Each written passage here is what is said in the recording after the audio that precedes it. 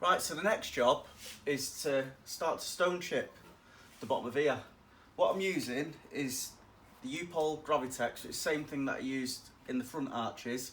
So I'm going to take the line to just above where it curves round, so that any stones obviously miss all of here. Because from factory I think it's a little bit lower from what I can remember, and I found that I was getting a few little stone chips just above the line. So I'll take it just above. So we've got a nice coating of stone chip all the way around. I'm going to do the back underneath the panel, underneath the car. I'm going to do the rear arches as well. So I'll mask everything up and we'll start to lay some down.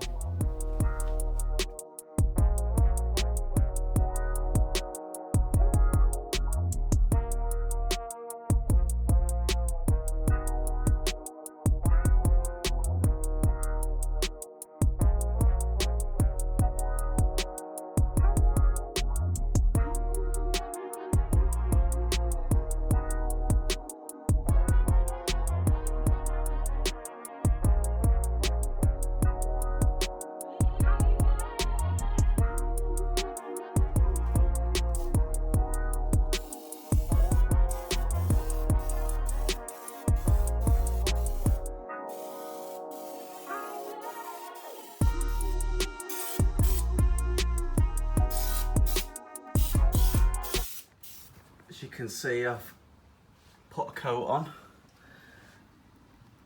all the way inside. I've gone all around the fuel filler neck. That will be coming off in the future, but it's all guarded nicely. It's got a nice layer of stone chip on. I've only done this sill so far, I've not done the other sill. Done the inside of that arch, I just touched it over. The finish is close to factory as well, so I'm happy with that. Obviously I need to wait till it dries. The reason why I've done this first is the bits of overspray, so especially on the rear panel where I want it to shoot it in. Obviously under there, I'll just rub that back down again. Done this inner arch, still got that sill to do as well. I'll just show you where we're at. So I've sprayed the stone chip underneath. There's a couple of areas I'm not too happy with, so you can see there it's not great, and just there as well, it's where I didn't remove all of the original stone chip. I'll just show you the other side as well.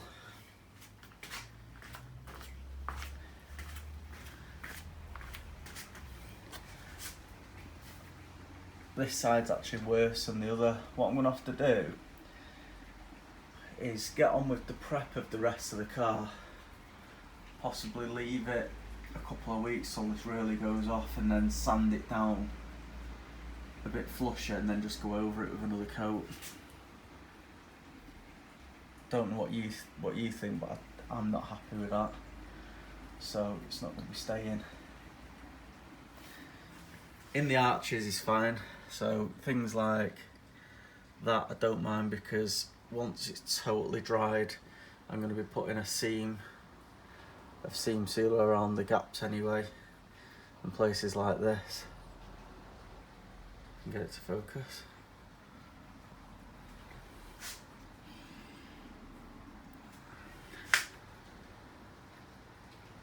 Yeah, try again. That's how bright it is in here.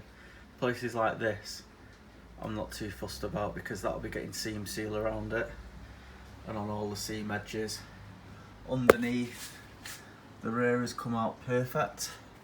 I've done a light coat underneath, just at the back here, just to try and stop anything in the future. So over here, that will be rubbed down, and then the high build primer I'm just going to let go over, because it is over paintable this, and it'll just have a nice cushioning underneath the paint just at the bottom here.